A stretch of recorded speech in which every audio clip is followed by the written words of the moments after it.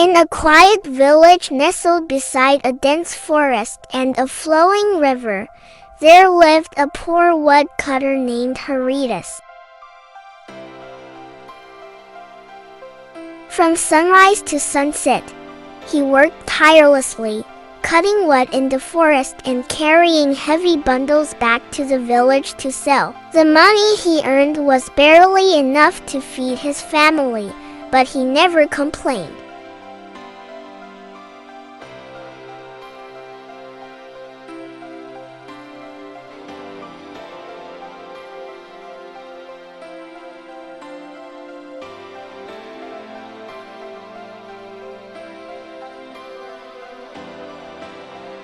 It was not beautiful, nor was it rare, but to him, it was everything. Without it, he could not work, and without work, he could not provide for those who depended on him.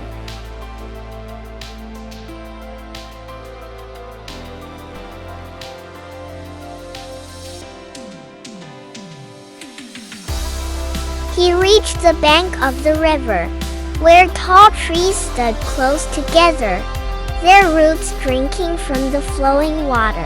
It was a peaceful place, with birds singing softly and the river moving in a calm, endless rhythm. He chose a sturdy tree near the edge of the water and began to work. Swing after swing, his axe struck the wood with practiced precision. Sweat gathered on his brow, and his arms grew heavy, but he continued without pause. This was his life, and he accepted it fully. Then, in a moment that felt both small and devastating, his grip slipped. The axe flew from his hands, spinning once in the air before falling into the river with a dull splash. For a second, Heridas stood frozen, as if the world itself had stopped. Then panic rushed through him. He dropped to his knees by the water, reaching desperately into the river.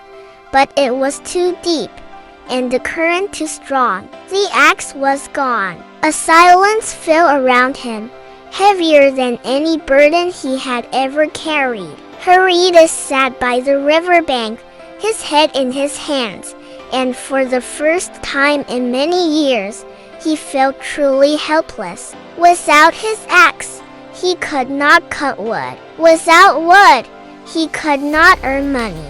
And without money, his family would suffer. The thought of returning home empty-handed filled him with quiet despair. He did not shout or curse. He did not blame the river or his fate. He simply sat there, his heart heavy, his mind searching for a way forward where none seemed to exist.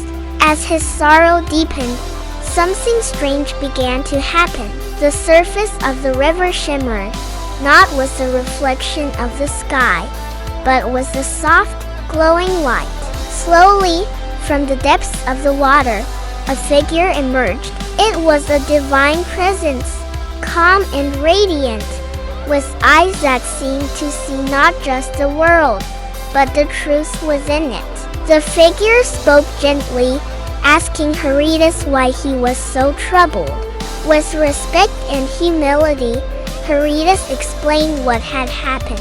He told of his axe, of how it had slipped from his hands, and of how its loss would affect his life. He did not exaggerate his suffering, nor did he try to gain sympathy. He simply spoke the truth as it was. The divine figure listened quietly, then disappeared beneath the water. Moments later, it rose again, holding a magnificent axe made entirely of gold. It gleamed in the sunlight, its surface flawless, its beauty beyond anything Heridas had ever seen. The figure asked him if this was his axe. For a brief moment, Heridas stared at it. The thought crossed his mind, quick and tempting. If he said yes, his life would change instantly. He would never have to struggle again. His family would be safe. Hunger and hardship would disappear. But just as quickly as the thought came, it passed. He shook his head and said, with quiet honesty, that it was not his. The figure disappeared once more and returned with a second axe, this one made of shining silver. It too was beautiful, valuable beyond measure. Again, the question was asked, and again, Heridas refused. He did not hesitate this time. He simply said that the silver axe was not his, that he could not claim what did not belong to him, no matter how much he needed it. For a third time, the figure descended into the river. When it returned, it held a simple, worn axe, the very one Heridas had lost. Its wooden handle was familiar. Its blade marked with the signs of years of labor.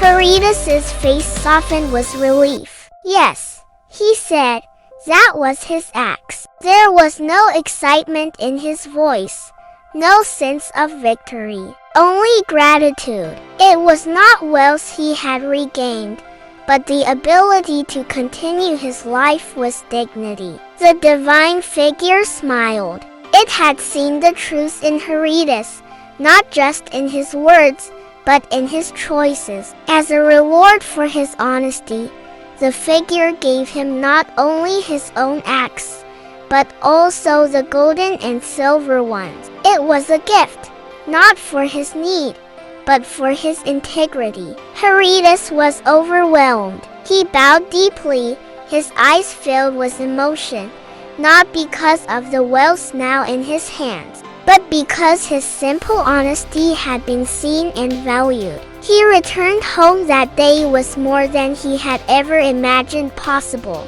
His family was astonished, and soon the story spread throughout the village. His story became more than just a tale of reward. It became a reminder that honesty is not proven when it is easy, but when it is difficult. That the true test of a person's character is not what they say, but what they choose when no one is watching. And that sometimes, the greatest rewards come not from seeking gain, but from refusing to take what is not rightfully ours. In a world where quick riches can tempt even the strongest hearts, the story of the honest woodcutter lives on, simple yet powerful, like the man himself, a quiet testament to the enduring value of truth.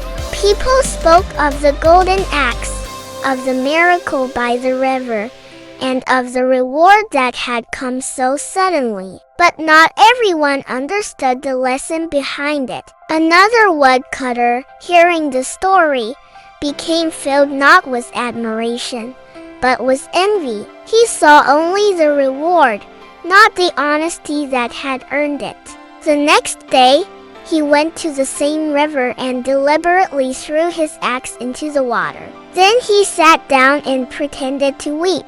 As before, the divine figure appeared and asked what troubled him. The man told the same story, hoping for the same outcome. The figure returned with a golden axe and asked if it was his. Without hesitation, the man said yes. In that moment, the truth was clear. The figure's expression changed. There was no anger, only disappointment. The golden axe disappeared, and the man's own axe was not returned. He was left with nothing, not even what he had started with. He had lost not only his tool, but his chance. Heridas, on the other hand, continued his life with the same humility as before. Though he now possessed wealth, he did not let it change who he was. He worked less, but he helped more. He remembered the feeling of loss by the river, and the quiet strength it had taken to choose truth over temptation.